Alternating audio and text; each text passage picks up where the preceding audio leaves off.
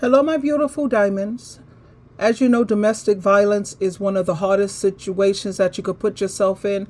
And it's one of the hardest things for a lot of women who are not licensed to carry, because that'll get you out of it real quick.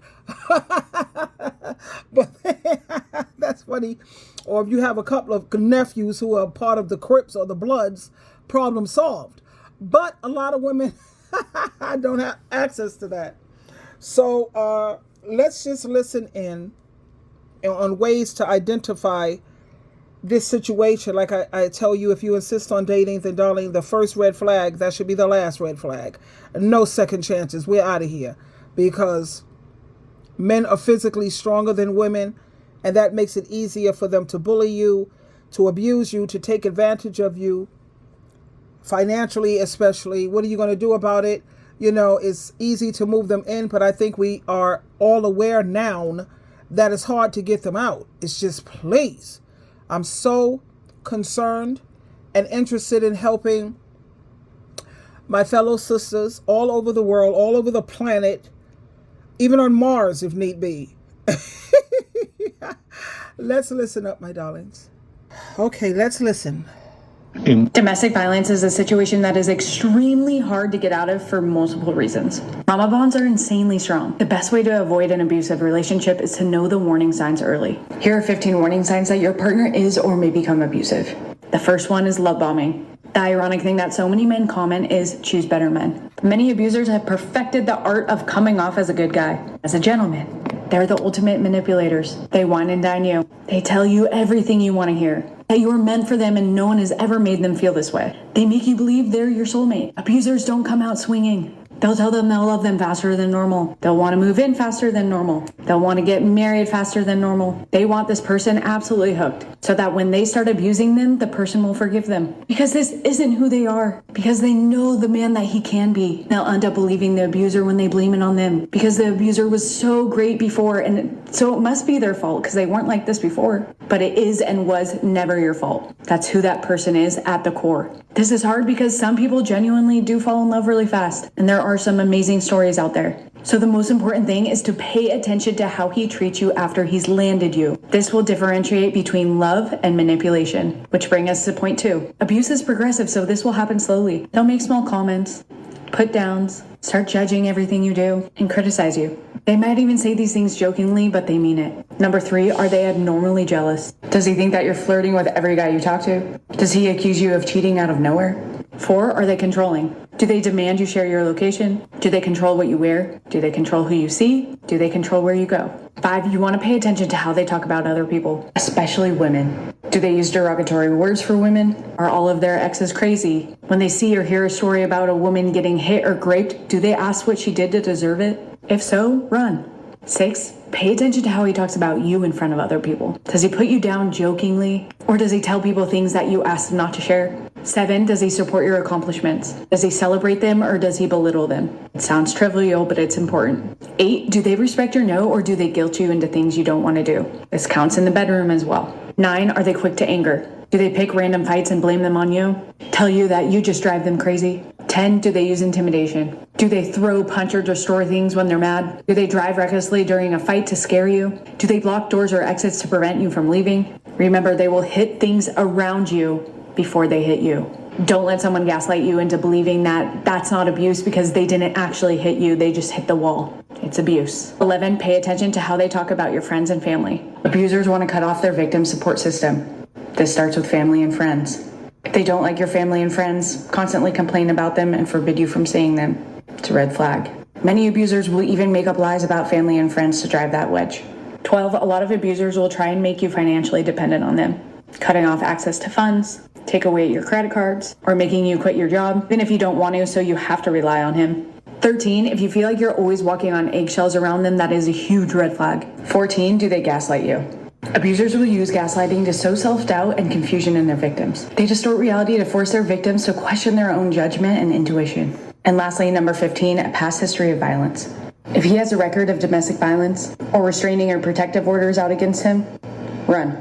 He'll try and gaslight you by just saying his exes were crazy. And maybe 1% of the time that's true, but 99% of the time it's not, and it's just manipulation. If any of these resonate with you, please reach out to a loved one. I've also included the number to the domestic violence hotline in the caption. I know it's hard, but I promise you there's a better life on the other side.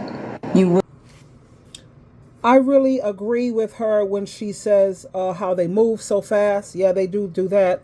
I remember my ex-husband, he was like one of them fast movers. You want to be my girl? I was like, whoa, I don't even know you really like that.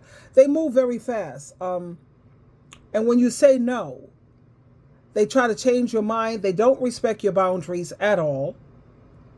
You know, and I don't even deal with that. Forget about being a partner or a romantic partner. I don't even like people like that. When I say no, it's no. What is the purpose of setting boundaries? It's so that we could get along. So if you want to get along with me, please respect me when I say no. Don't try to change my mind.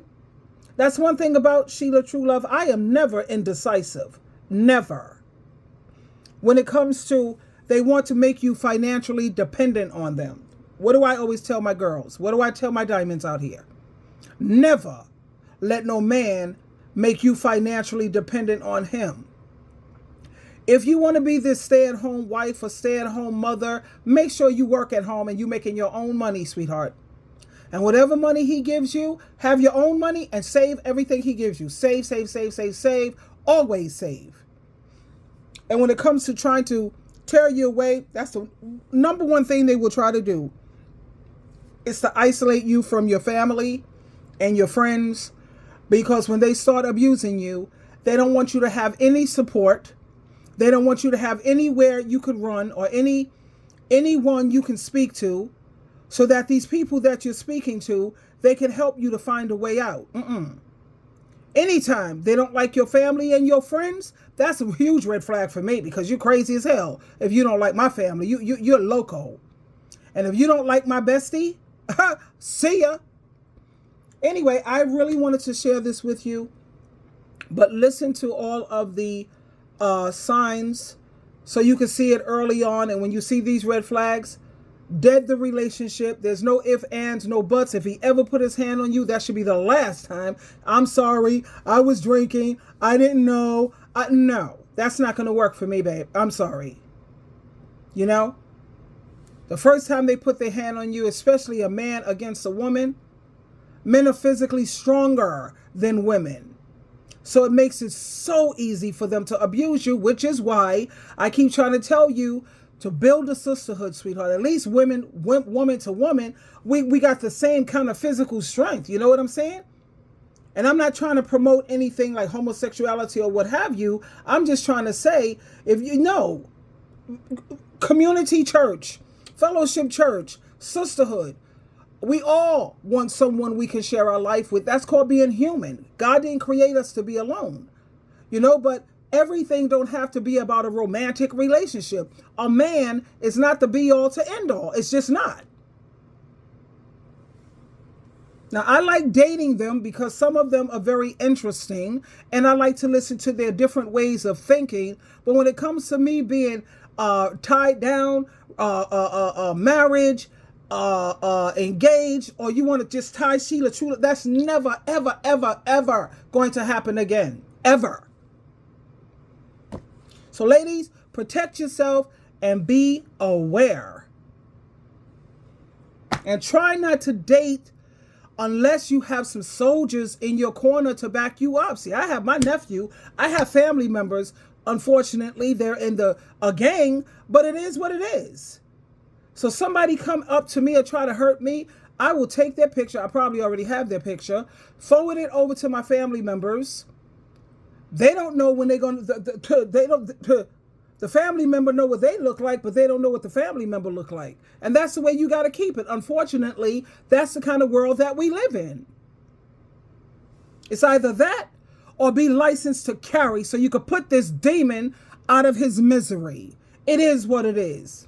Make sure you get an order of protection, a restraining order, so you have that in place. They're not allowed to come within a certain amount of distance. And if they do come in within that distance, it's time for you to do what you got to do. Anyway, twinkle, twinkle, be careful out there, please.